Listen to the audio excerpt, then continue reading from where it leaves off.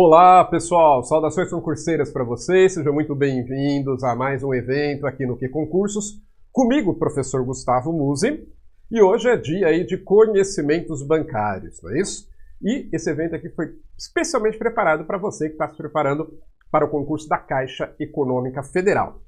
E aí nesse evento eu vou apresentar aqui para você, falar das características gerais, do chamado Sistema Financeiro Nacional, ponto importante para a sua prova.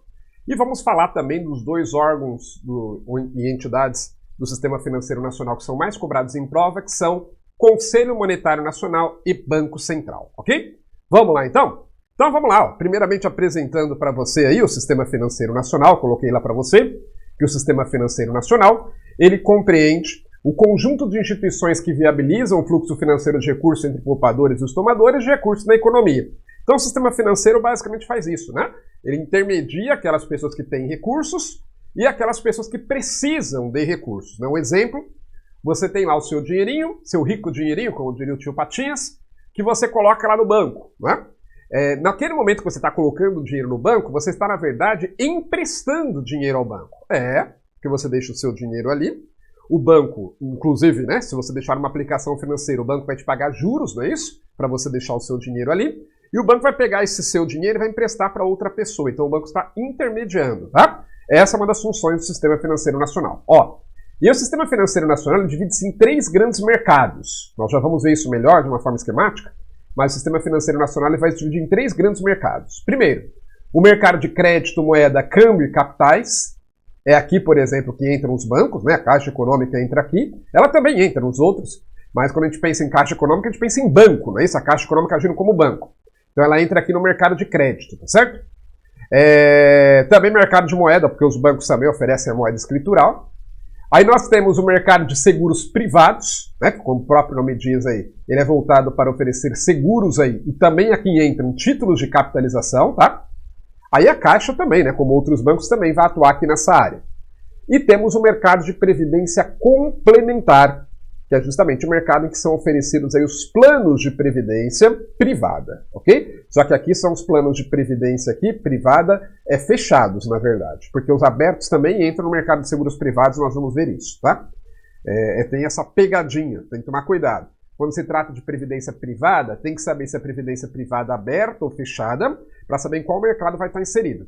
O plano de previdência aberto é aquele que é oferecido para qualquer pessoa, basta a pessoa ir lá e comprar o plano de previdência. Então os bancos, só do banco tem plano de previdência que ele vende, não é isso? Ali para os seus clientes. Os planos de previdência fechados, por outro lado, são aqueles que só são acessíveis para os funcionários de determinada empresa, porque a empresa, inclusive, ajuda a manter esse plano de previdência, tá? Então a Caixa Econômica tem o seu plano de previdência, eu não sei como é que chama agora, mas antigamente acho que era FUNCEF, eu acho, não sei se é ainda, tá? Mas o Banco do Brasil, por exemplo, tem a Previ, a Petrobras tem a Petros, que aí são acessíveis só aos seus respectivos funcionários. Então são planos de previdência fechados. Se for plano de previdência fechado, entra nesse último aqui, mercado de previdência complementar. Se for um plano de previdência aberto, vai entrar no mercado de seguros privados, vai estar na mesma categoria dos seguros em geral, ok? Eu já vou colocar isso esquematicamente, mas só apresentando aqui para você.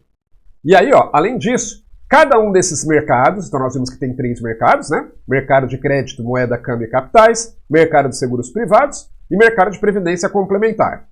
E aí cada um desses mercados possui três categorias de órgãos ou entidades. Em cada um desses mercados nós temos os órgãos normativos, as entidades supervisoras e as entidades operadoras. O que são isso? Tá lá. Primeiro, os órgãos normativos são aqueles que estabelecem as diretrizes e normas gerais que devem ser obedecidas por todos os participantes daquele mercado. O nome está dizendo, né? É um órgão normativo porque ele estabelece normas gerais, regras gerais que devem ser obedecidas por todos os agentes daquele mercado. Tá? Então os órgãos normativos estão lá no topo. Aí nós temos as entidades supervisoras, que são aquelas que fiscalizam o cumprimento das regras estabelecidas pelos órgãos normativos, pelas entidades operadoras, e também estabelecem normas complementares, tá? Então as entidades supervisoras, o nome está dizendo também, elas supervisionam, elas fiscalizam o cumprimento das regras estabelecidas pelos órgãos normativos, pelos demais agentes do mercado. E essas entidades supervisoras, elas também estabelecem algumas regras próprias para complementar as normas estabelecidas pelos órgãos normativos. Tá? Nós vamos ver que, por exemplo, o Banco Central é uma entidade supervisora. E nós temos, por fim, as entidades operadoras ou simplesmente operadores, que são aquelas entidades que executam no dia a dia as ações do sistema financeiro nacional. Por exemplo, atendendo clientes, fornecendo crédito, vendendo seguros e por aí vai. Por exemplo, entre os operadores nós temos os bancos, tá certo? Então os operadores são aqueles que vão executar as ações do sistema financeiro nacional no dia a dia. Para ficar mais fácil, eu trouxe aqui, vou colocar aqui para você agora, uma representação esquemática desses três mercados e dos seus órgãos normativos, entidades supervisoras, entidades operadoras, que inclusive pode ser encontrado esse mesmo esquema no site do Banco Central, tá? Então tá lá, coloquei aqui para você, de uma forma esquemática, né? Ficou um pouco pequenininho para caber tudo na tela aí, mas tá lá, estrutura do Sistema Financeiro Nacional. Então nós temos aqui três colunas, primeiramente, vou mostrar para você, a primeira coluna lá, tá vendo? Em vermelho, dentro da caixa vermelha, é o mercado de crédito, moeda, câmbio e capitais, tá? Que é onde estão os bancos, por exemplo. Aí na coluna do lado, a gente tem o mercado de seguros privados, né? Onde eu trabalho as seguradoras, entidades abertas de previdência e sociedades de capitalização. E por fim, nesse mais à direita aí, nós temos o mercado de previdência complementar, que é da previdência complementar fechada, tá certo? E para cada um deles nós temos, preste atenção nas linhas agora, os órgãos normativos, temos um órgão normativo para cada um. Você está vendo que o CMN, o Conselho Monetário Nacional, está um pouco acima, né? Por quê? Porque justamente o CMN, ele também vai ser o órgão normativo do Sistema Financeiro Nacional como um todo, tá? Então, se na sua prova cair perguntando se o CMN, Conselho Monetário Nacional, é o órgão normativo de todo o sistema financeiro, tá certinho. Mas ele vai, mais especificamente, trabalhar mais normalmente no mercado de crédito, moeda, câmbio e capitais. Por isso que ele está desse lado direito, mas esquerdo, desculpe. Mas pode ver que ele está um pouquinho acima dos demais órgãos normativos. Aí no mercado de seguros privados, nós temos lá, né, o CNSP, Conselho Nacional de Seguros Privados, que é o órgão normativo máximo desse mercado, que estabelece então as regras gerais para o mercado de seguros privados, onde, repito, atuam as entidades de previdência aberta, as seguradoras e resseguradoras e as sociedades de capitalização.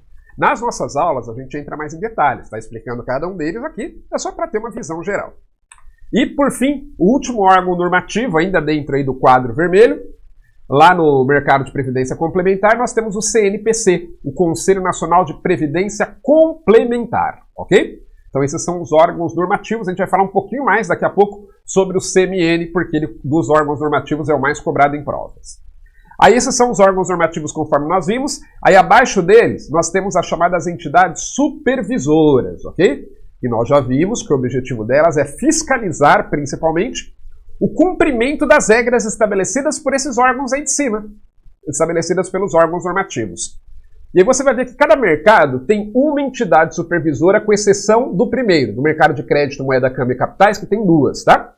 Então vamos lá, quais são as entidades supervisoras? Primeiro, do mercado de crédito, moeda, câmbio e capitais, que é o que está em amarelo dentro do quadro vermelho.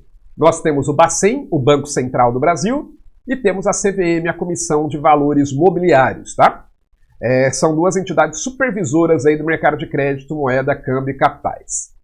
Aí nós temos, por outro lado, no mercado de seguros privados, que é o, né, que está na coluna azul, nós temos a SUSEP, a Superintendência de Seguros Privados, que é o órgão supervisor do mercado de seguros privados. A SUSEP que vai fiscalizar o cumprimento das regras estabelecidas pelo CNSP, né, pelo Conselho Nacional de Seguros Privados, pelos demais agentes aí do mercado de seguros privados. E por fim, nós temos lá no mercado de previdência complementar, mais à direita aí, como entidade supervisora, a Previc, que é a Superintendência Nacional de Previdência Complementar, ok? E aí lá embaixo, né, como aqueles que vão operar o dia a dia do Sistema Financeiro Nacional, nós temos os operadores ou entidades operadoras, que são vários, aí eu coloquei alguns aí para vocês, ó. Então, por exemplo, no mercado de crédito, câmbio, moeda e capitais, nós temos como entidades operadoras, por exemplo, os bancos, né, e a Caixa Econômica Federal entra aqui, obviamente, como banco. Nós temos os administradores de consórcios, as cooperativas de crédito e as corretoras e distribuidoras.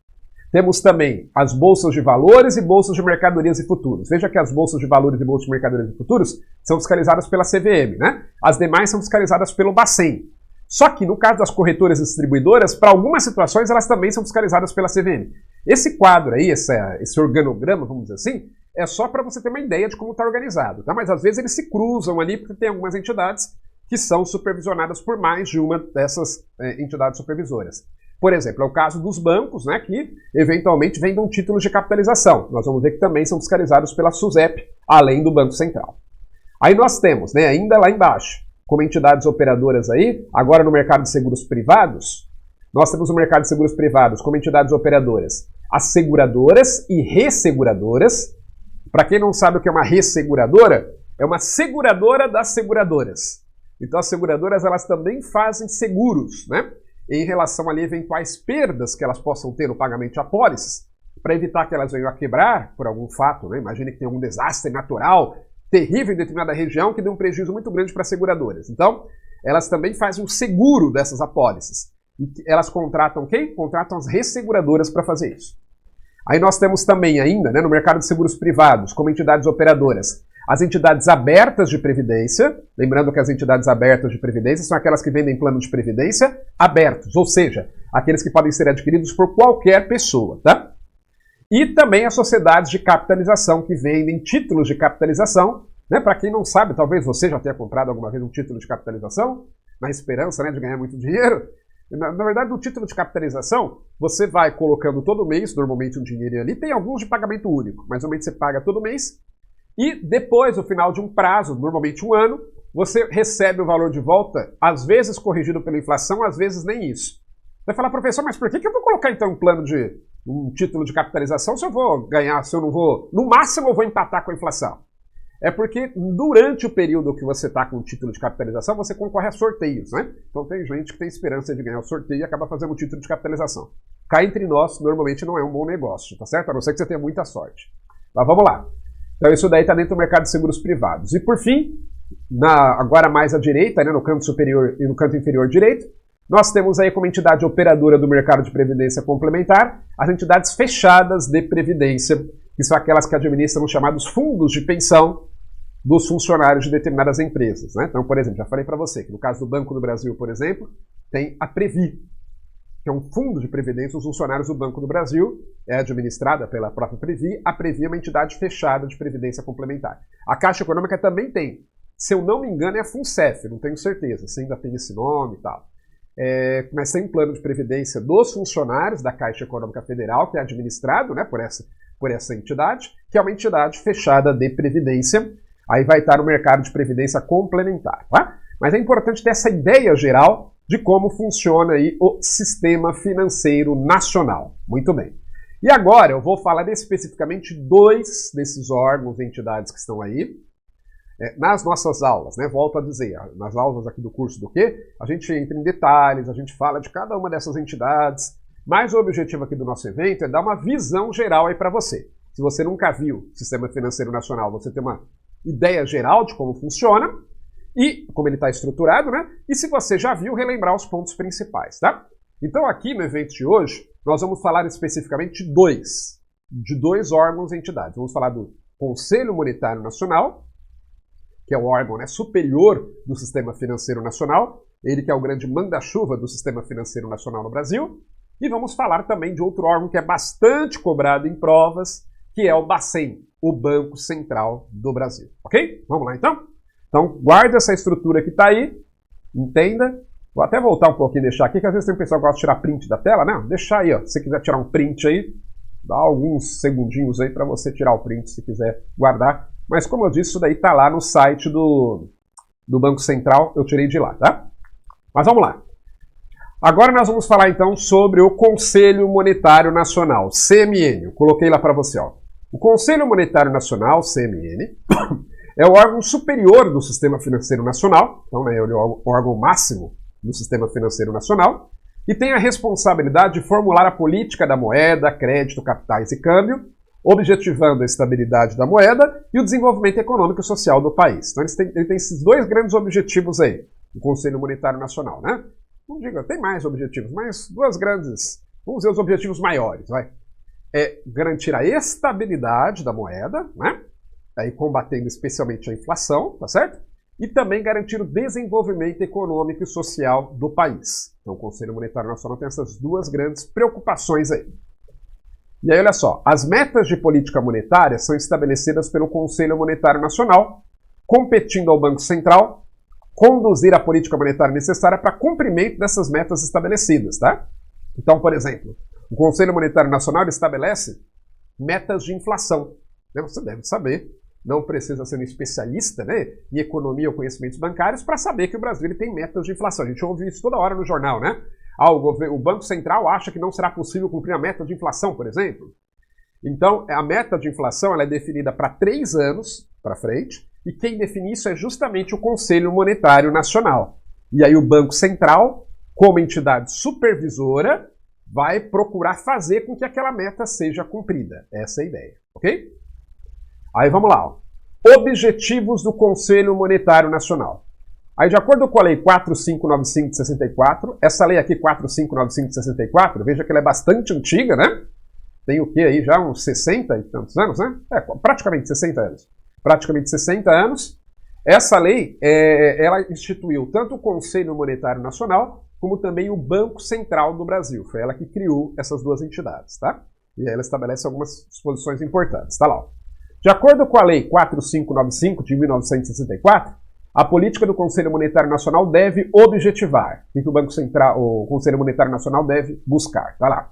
Primeiro, orientar a aplicação dos recursos das instituições financeiras, quer públicas, quer privadas, tendo em vista propiciar nas diferentes regiões do país condições favoráveis ao desenvolvimento harmônico da economia nacional. Né? Então, o CMN dá essa orientação aí, esse estímulo, e também, né, a orientação não é só a determinação, mas também, vamos dizer, incentivos, né, para que as instituições financeiras apliquem em determinadas áreas, buscando aí o desenvolvimento aí do país como um todo, tá certo?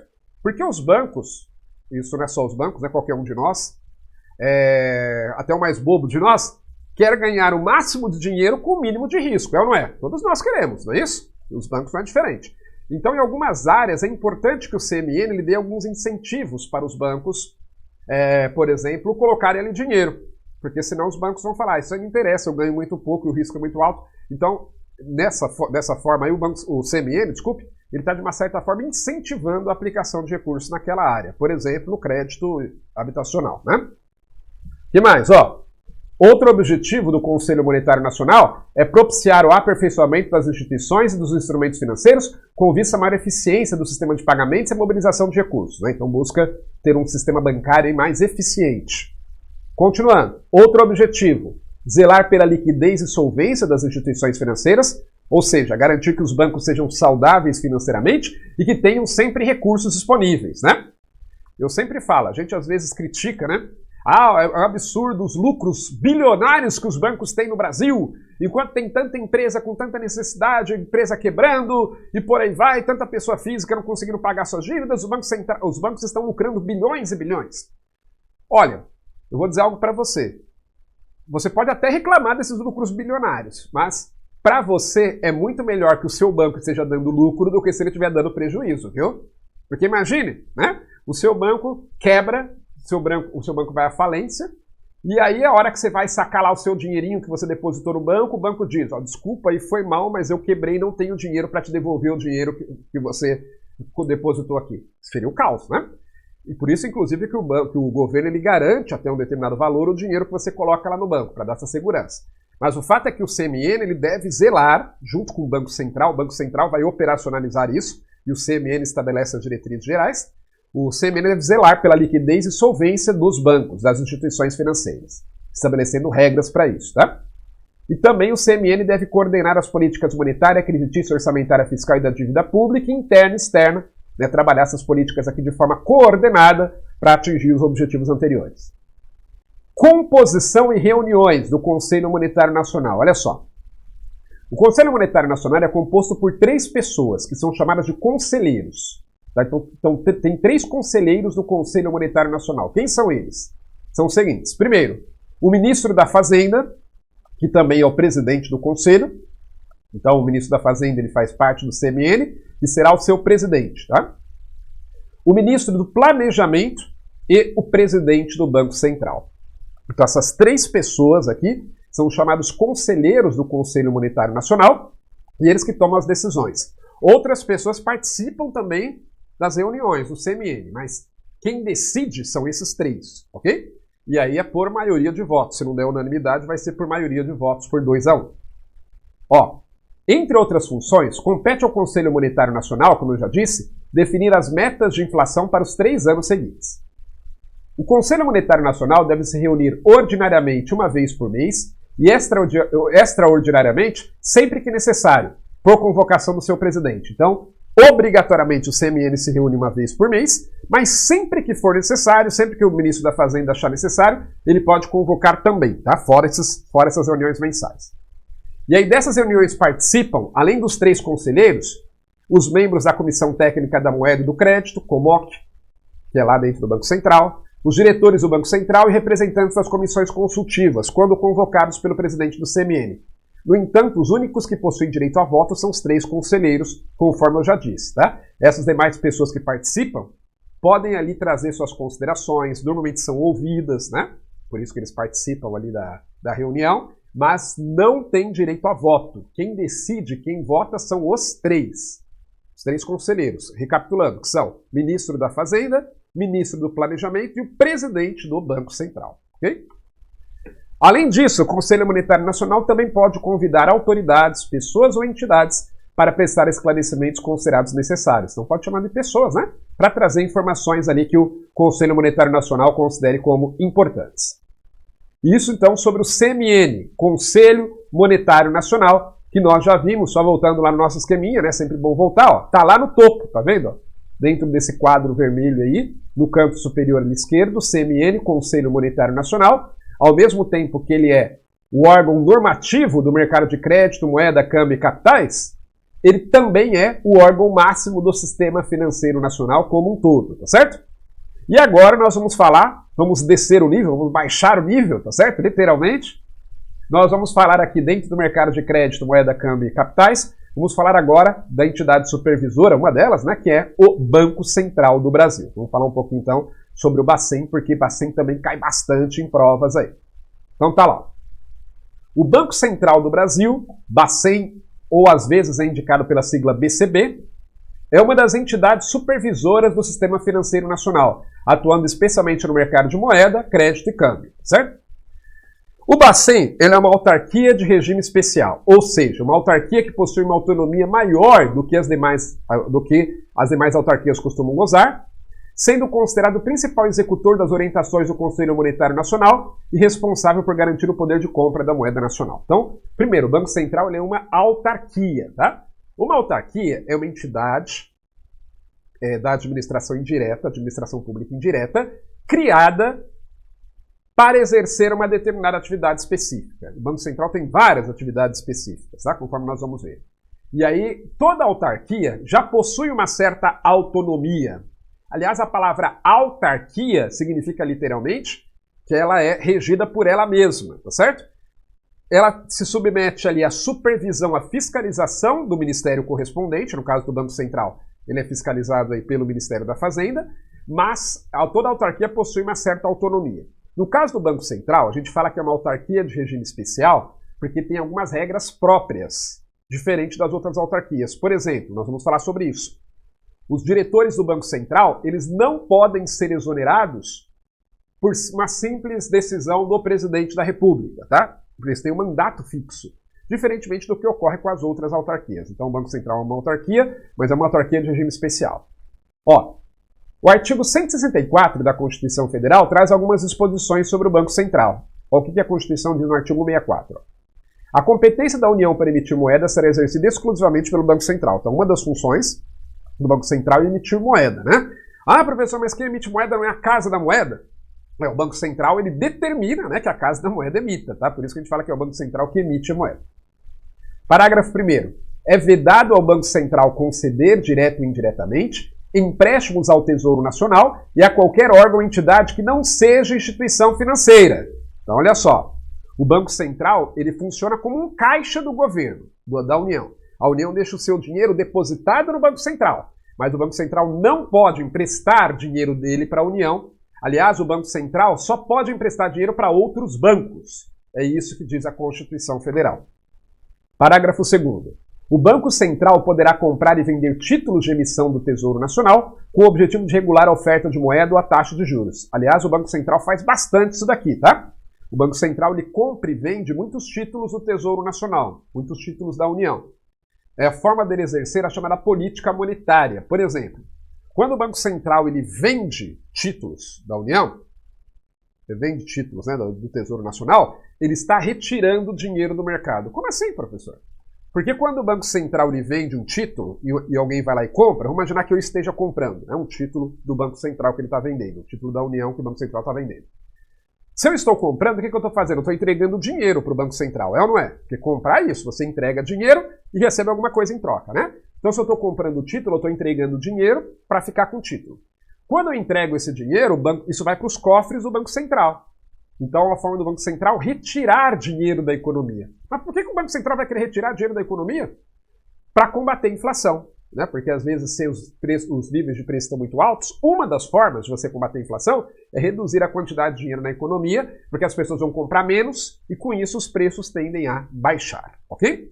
Ou o contrário, se o Banco Central ele compra títulos que estão no mercado, aí o que acontece? Ele está colocando dinheiro no mercado, né? Porque ao comprar o título, é o Banco Central que está entregando o dinheiro. Então, aí ele está colocando, ele está aumentando a base monetária. Parágrafo 3º. As disponibilidades de caixa da União serão depositadas no Banco Central.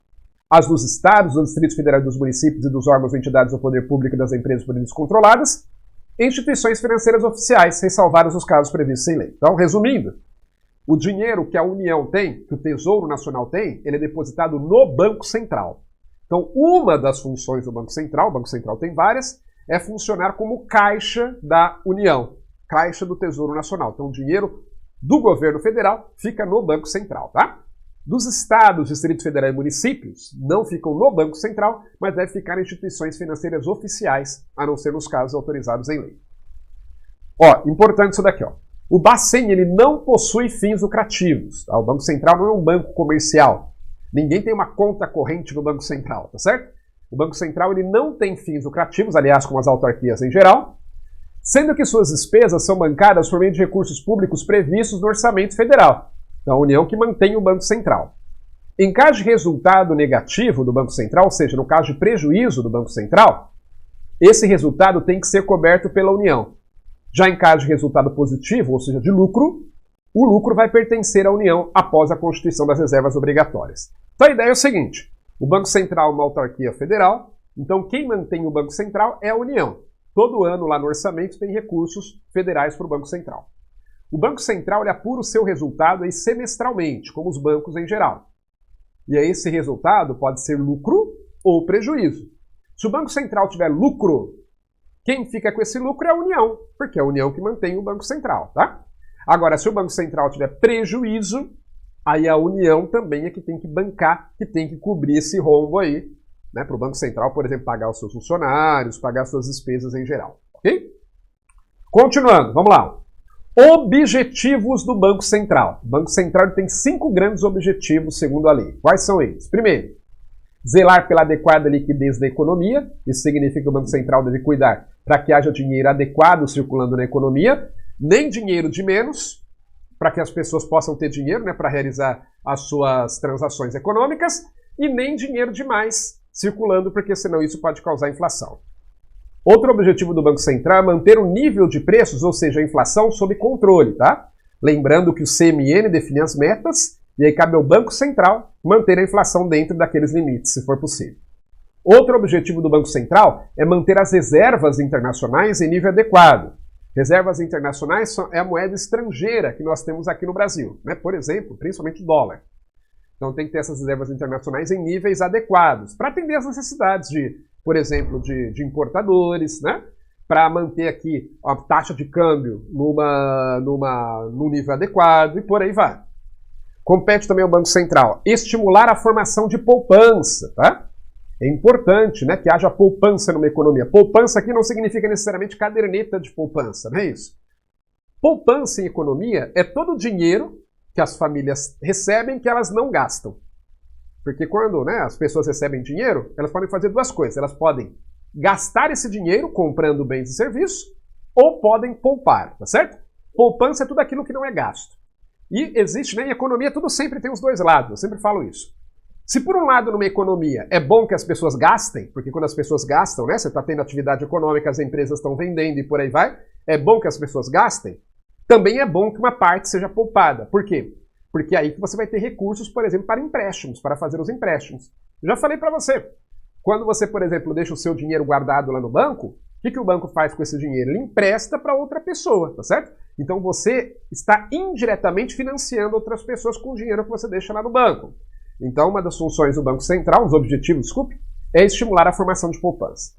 E outro objetivo é zelar pela estabilidade e promover o permanente aperfeiçoamento do sistema financeiro. Mas, professor, isso não é atribuição do CMN? Do CMN e do Banco Central, tá? O CMN lá em cima estabelecendo regras gerais, né, que o próprio Banco Central tem que seguir, e o Banco Central aqui embaixo colocando isso em prática e estabelecendo suas próprias regras que também devem ser obedecidas.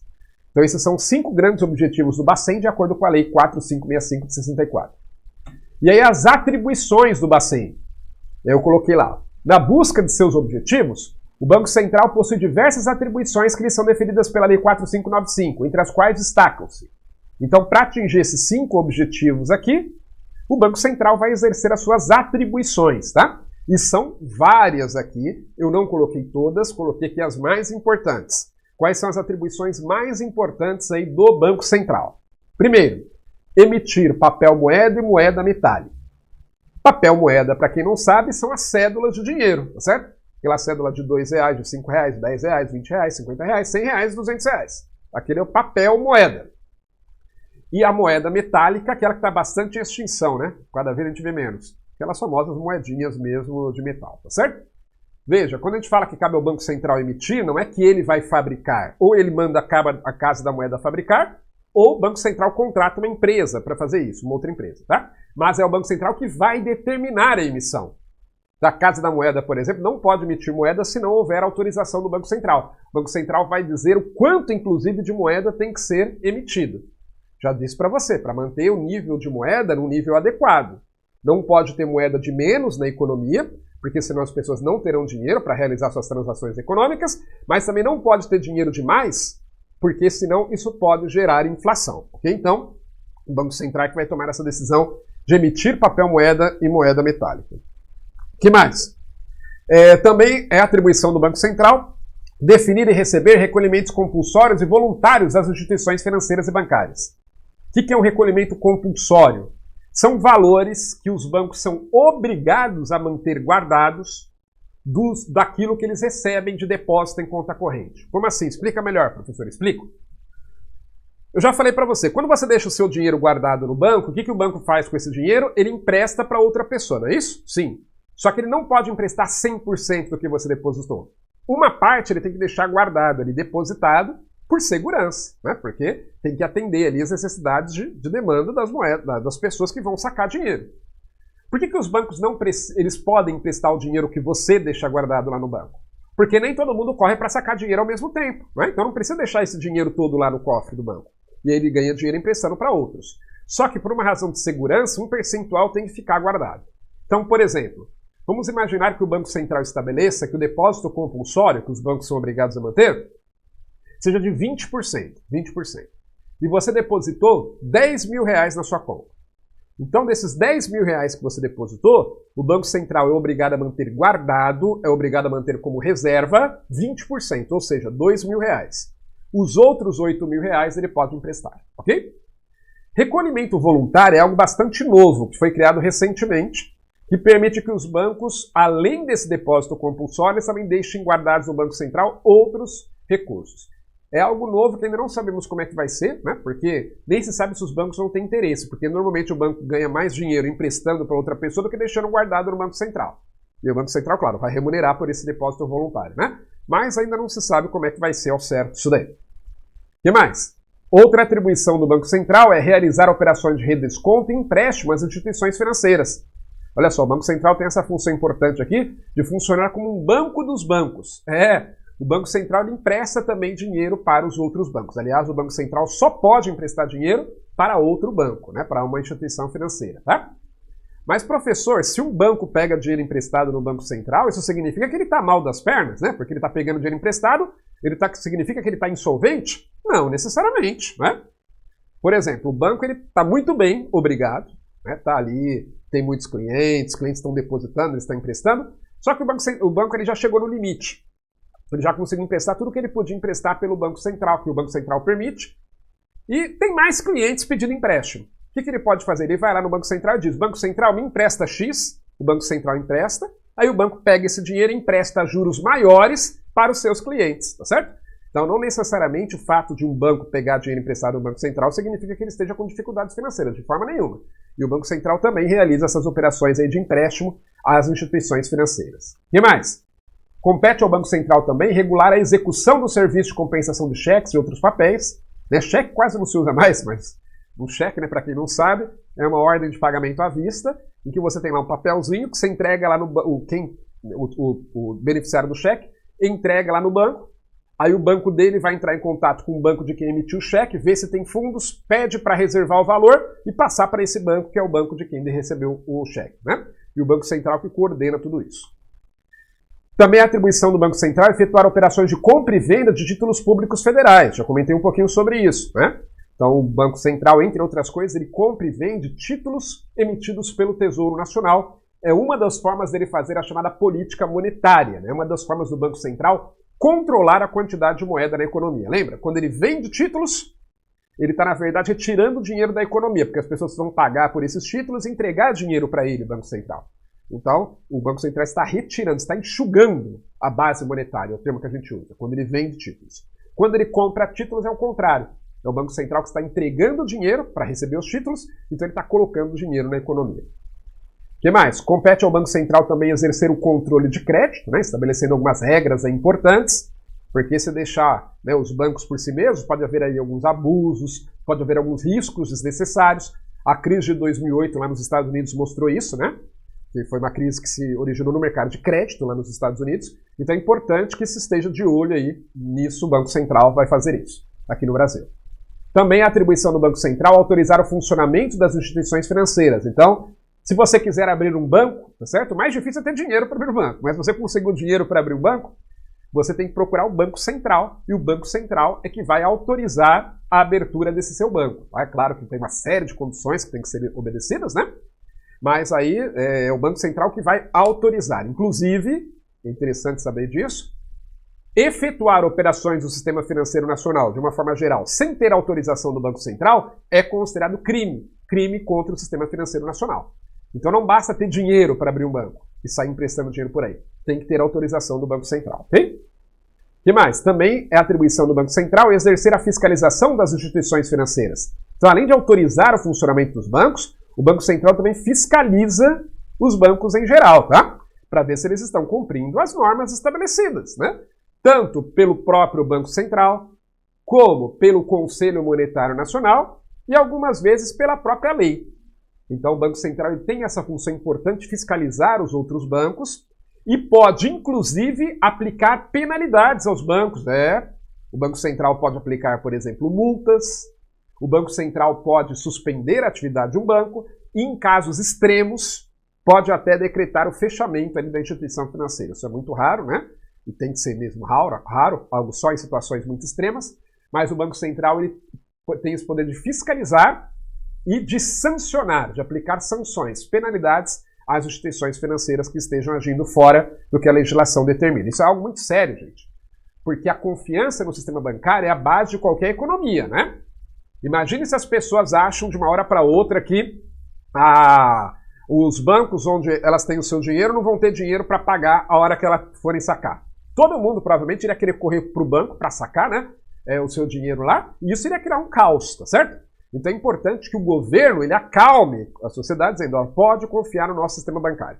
No caso do Brasil, o nosso sistema bancário é considerado bastante sólido, tá? Considero um dos mais sólidos aí do mundo, até por conta de problemas que nós já tivemos anteriormente, né? E nós fomos aprendendo com eles e tornando o nosso sistema mais regulado, ok? O que mais? Também a atribuição do Banco Central estabelecer as condições para exercício de quaisquer cargos de direção nas instituições financeiras. Então, para ser diretor de um banco, tem que obedecer às disposições, às condições, os requisitos que o Banco Central estabelece, tá? Então não é qualquer um que pode ser diretor de um banco. O Banco Central estabelece ali algumas regras importantes.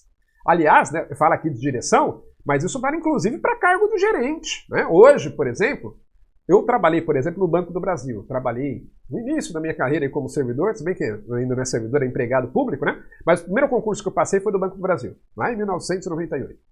E aí o que acontece?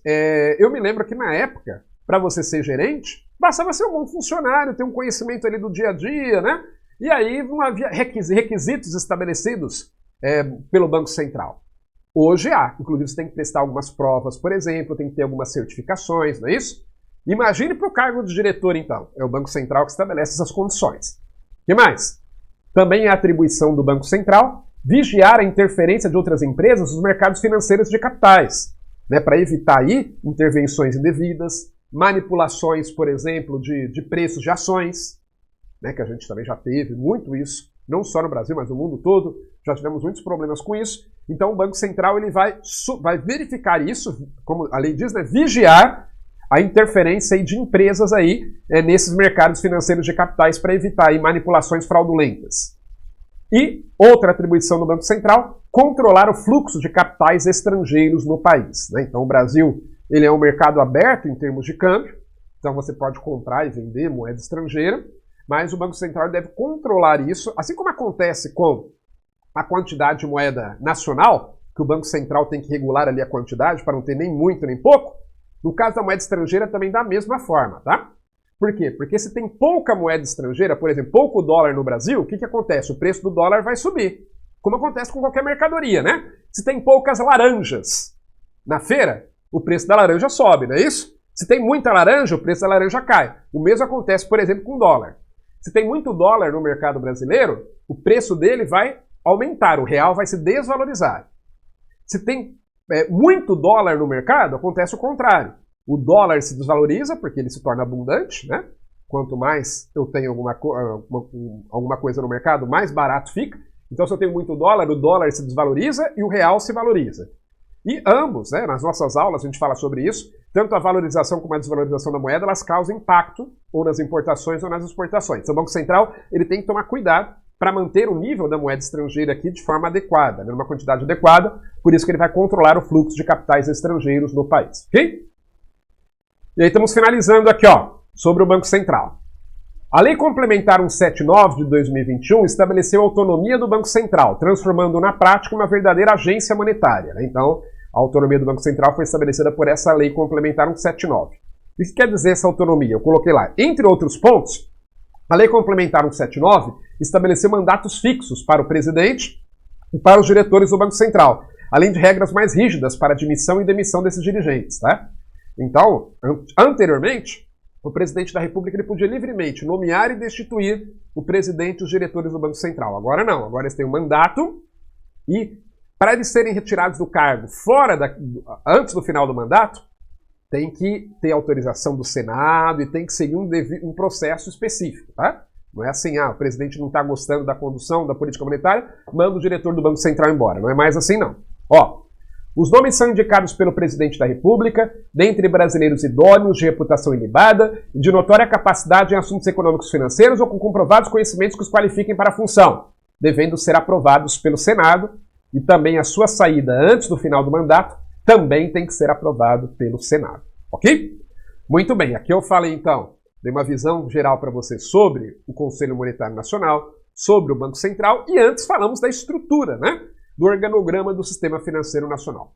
Para terminarmos esse nosso evento, vamos fazer aqui duas questões, né, que afinal aqui é o que? Concursos, então nós vamos terminar com questões de concurso para a gente ver como é que esse tipo de assunto pode ser cobrado aí na sua prova. Ó. A primeira questão é uma questão de certo ou errado, para você julgar o item, que diz o seguinte: no que diz respeito ao Sistema Financeiro Nacional, julgue o item abaixo como certo ou errado. A estrutura do Sistema Financeiro Nacional é composta por 3 órgãos normativos: o Conselho Monetário Nacional, CMN, a Comissão Nacional de Seguros Privados, a CNSP, e o Banco Central do Brasil, o BCB. E aí, o que você acha? Está certo ou está errado esse item? O que você colocaria se uma questão como essa caísse na sua prova? Você acertou se você disse que o item está errado. Por que está errado? Olha só. Órgãos normativos Não são esses não. O Banco Central não é órgão normativo, lembra? Os órgãos normativos, vamos até voltar lá no esqueminha, quer ver? Aqui, ó. Os órgãos normativos são esses três aqui, ó. Conselho Monetário Nacional, Conselho Nacional de Seguros Privados e Conselho Nacional de Previdência Complementar. O erro da questão é que ela colocou no lugar do Conselho Nacional de Previdência Complementar o Banco Central. E o Banco Central fica mais abaixo, ele é uma entidade supervisora, ok? Então, portanto, o item realmente lá, ele está errado, incorreto. E vamos fazer a próxima questão, a última questão, que diz o seguinte, ó. Dentre as principais instituições que compõem o mercado financeiro, o Banco Central do Brasil é uma delas e tem a responsabilidade de, exceto, então você vai dizer qual das alternativas aqui não é uma atribuição do Banco Central, tá? A. Zelar pela quantidade de moeda disponível na economia e emitir papel moeda. B. Manter as reservas internacionais em níveis adequados. C. Autorizar o funcionamento de todas as instituições financeiras. D. Receber os depósitos compulsórios dos bancos. Ou alternativa E. Formular a política da moeda de crédito, além de garantir o funcionamento do sistema, hein? Qual dessas aí que não é uma atribuição do Banco Central? Eu sei que todas parecem que são, mas tem uma aí que não é, tá? 4 delas são, uma não é. Veja se você consegue identificar aí a intrusa. Vamos lá, dou-lhe uma, dou-lhe duas, dou-lhe 3. Olha só, a alternativa que você deveria assinalar, que não é uma atribuição do Banco Central, é a alternativa E. Formular a política da moeda de crédito, além de garantir o funcionamento do sistema. Por quê? Porque isso é atribuição do CMN, do Conselho Monetário Nacional. Olha só, falou em política monetária, política cambial, esse tipo de coisa. Quem estabelece é quem está lá em cima, quem está no topo, que é o CMN, o Conselho Monetário Nacional, tá? O Banco Central depois ele vai vir para operacionalizar, para executar isso, e não para formular a política. Se fosse executar a política da moeda, aí estaria correto. Mas formular a política, não. Quem faz isso é o CMN, o Conselho Monetário Nacional. Já as demais alternativas, de fato, trazem atribuições do Banco Central, que inclusive nós vimos aí no evento de hoje, né, entre os exemplos que eu citei, ok? Muito bem, com isso então chegamos ao final aqui de mais um evento, aqui no Que Concursos, em que falamos aí sobre o Sistema Financeiro Nacional, dentro da disciplina Conhecimentos Bancários, tá certo? Que interessa especialmente para você, claro, que vai pensar o concurso da Caixa Econômica Federal, ou Banco do Brasil, ou outros concursos na área bancária. E você já sabe, se você gostou da aula, só se você gostou, deixa aí o seu joinha, deixa aí o seu like, tá certo? Para a gente saber que você gostou. E não se esqueça de se inscrever no canal do Que Concursos, para você não ficar de fora. Aí aciona lá, né, o famoso sininho, para você receber as notificações, para que você possa estar sempre bem informado e aproveitar todos os nossos eventos, porque conteúdo de qualidade e com a quantidade que você precisa, só o Que Concursos tem. Vamos ficando por aqui, bons estudos para você, um grande abraço e até a próxima!